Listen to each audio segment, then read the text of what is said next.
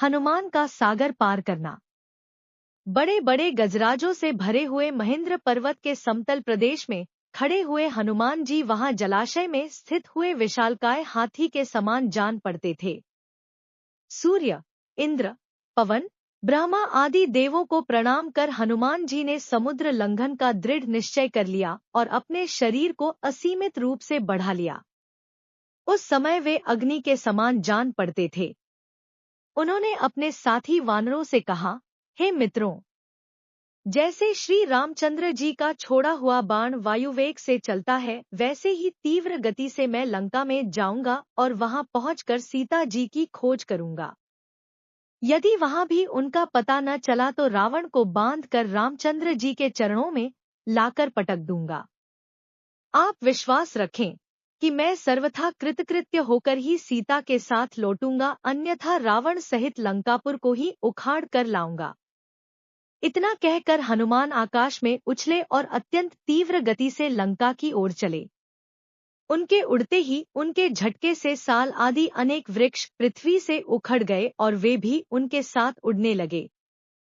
फिर थोड़ी दूर तक उड़ने के पश्चात वे वृक्ष एक एक करके समुद्र में गिरने लगे।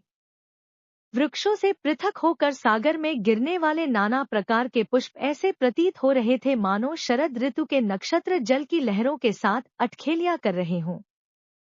तीव्र गति से उड़ते हुए महाकपि पवनसुत ऐसे प्रतीत हो रहे थे जैसे कि वे महासागर एवं अनंत आकाश का आचमन करते हुए उड़े जा रहे हैं। तेज से जाज्वल्यमान उनके नेत्र हिमालय पर्वत पर लगे हुए दो दावानलों का भ्रम उत्पन्न करते थे।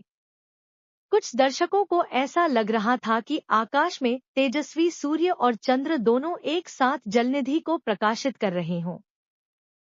उनका लाल कटी प्रदेश पर्वत के वक्षस्थल पर किसी गेरू के खान का भ्रम पैदा कर रहा था। हनुमान के बगल से जो तेज आंधी भारी स्वर करती हुई निकली थी वह घनघोर वर्षाकाल की मेघों की गर्जना सी प्रतीत होती थी। आकाश में उड़ते हुए उनके विशाल शरीर का प्रतिबिंब समुद्र पर पड़ता था तो वह उसकी लहरों के साथ मिलकर ऐसा भ्रम उत्पन्न करता था जैसे सागर के वक्ष पर कोई नौका तैरती चली जा रही हो। इस प्रकार हनुमान निरंतर आकाश मार्ग से लंका की ओर बढ़े जा रहे थे।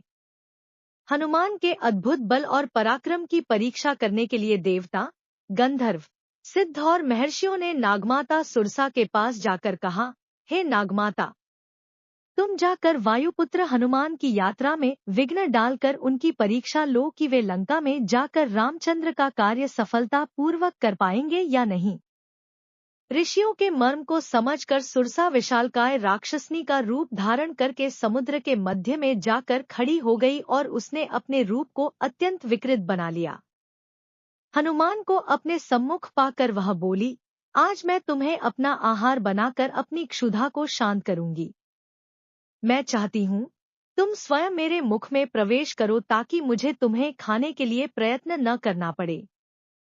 सुरसा के शब्दों को सुनकर हनुमान बोले, तुम्हारी इच्छा पूरी करने में मुझे कोई आपत्ति नहीं है, किंतु इस समय मैं अयोध्या के राजकुमार रामचंद्र जी के कार्य से जा रहा हूँ।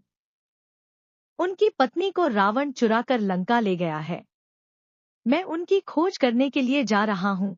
तुम भी राम के राज्य में रहती हो, इसलिए इस कार्य में मेरी सहायता करना तुम्हारा कर्तव्य है। लंका से मैं जब अपना कार्य सिद्ध करके लौटूंगा तब अवश्य तुम्हारे मुख में प्रवेश करूंगा। यह मैं तुम्हें वचन देता हूँ। हनुमान की प्रतिज्ञा पर ध्यान न देते हुए सुरसा बोली, जब तक तुम मेरे मुख में प्रवेश न करोगे मैं तुम्हारे मार्ग से नहीं हटूंगी। यह सुनकर हनुमान बोले, अच्छा तुम अपने मुख को अधिक से अधिक खोलकर मुझे निगल लो, मैं तुम्हारे मुख में प्रवेश करने को तैयार हूँ। यह कहकर महाबली हनुमान ने योग शक्ति से अपने शरीर का आकार बढ़ाकर 40 कोस का कर लिया। सुरसा भी अपूर्व शक्तियों से संपन्न थी। उसने तत्काल अपना मुख 80 कोस तक फैला लिया। हनुमान ने अपना शरीर एक अंगूठे के समान छोटा कर लिया और तत्काल उसके मुख में घुसकर बाहर निकल आए। फिर बोले, अच्छा सुरसा, तुम्हारी इच्छा पूरी हुई, अब मैं जाता हूँ।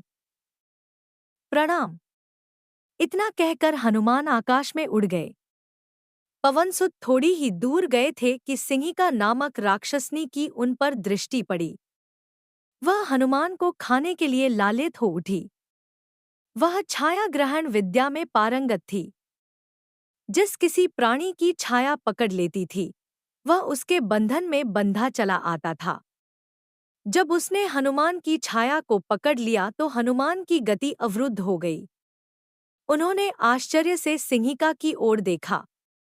वे समझ गए, सुग्रीव ने जिस अद्भुत छायाग्राही प्राणी की बात कही थी, संभवतः यह वही है।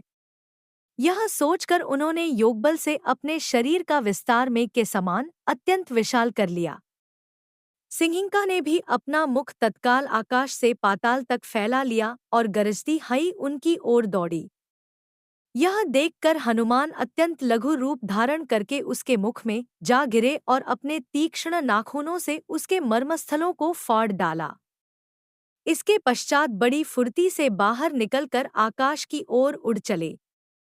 राक्षसनी क्षतविक्षत होकर समुद्र में गिर पड़ी और मर गई।